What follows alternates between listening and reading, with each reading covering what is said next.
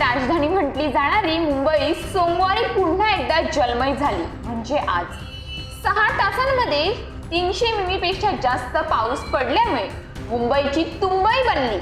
मुंबईत पडणाऱ्या वर्षभरातील पावसापैकी 10% पाऊस रविवारी रात्री ते सोमवारी सकाळी 7 वाजेपर्यंत झाला।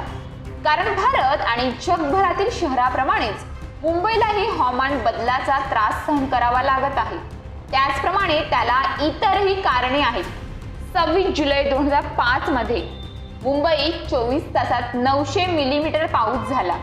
एका दिवसात झालेला हा पाऊस संपूर्ण जुलै महिन्यातील पाऊस होता। या पावसात मुंबई ठप्प झाली होती। या पावसात 1094 लोकांचा मृत्यू झाला होता, तसेच 500 कोटींचे नुकसान झाले होते।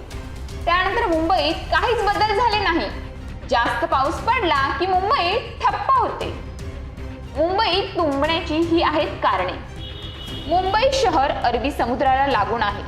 शहरात मिठी, दहिसर, ओशिवारा आणि पोईसर या 4 नद्या आहेत। मिठी नदी संपूर्ण मुंबई शहराला वळसा घालते।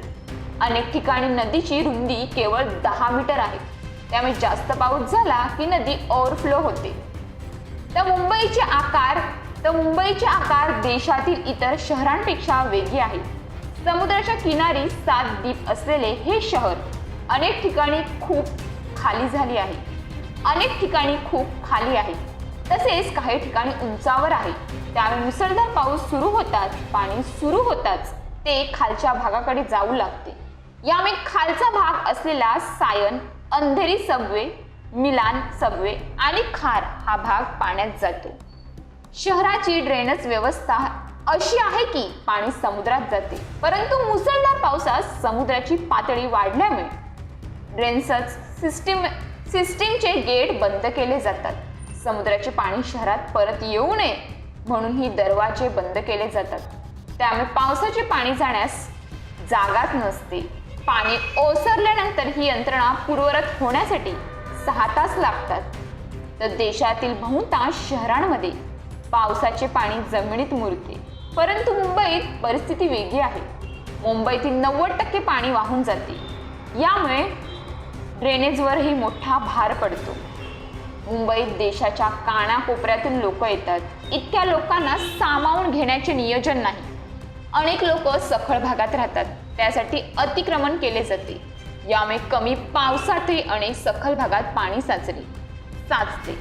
गेल्या काही काळापासून जपानच्या मदतीने मुंबईत भूमिगत पाईपलाईन करण्यावर चर्चा सुरू आहे। जपाननेही टोकियो शहरात हा प्रकल्प तयार केला, कारण टोकियोमधील 3.5 कोटीहून अधिक लोकसंख्या नेहमीच पुराच्या धोक्यात राहते। यामुळे जपानने भूमिगत वाहिनी बनवली आहे।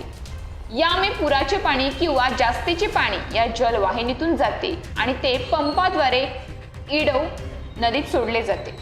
मुंबईचा स्पन सिटी प्रमाणे विकास करण्याची चर्चा आहे। स्पन सिटी ही एक संकल्पना आहे ज्यामध्ये शहर स्पन सारखे काम करते, म्हणजेच आत पाणी टाकतात ते सुकते।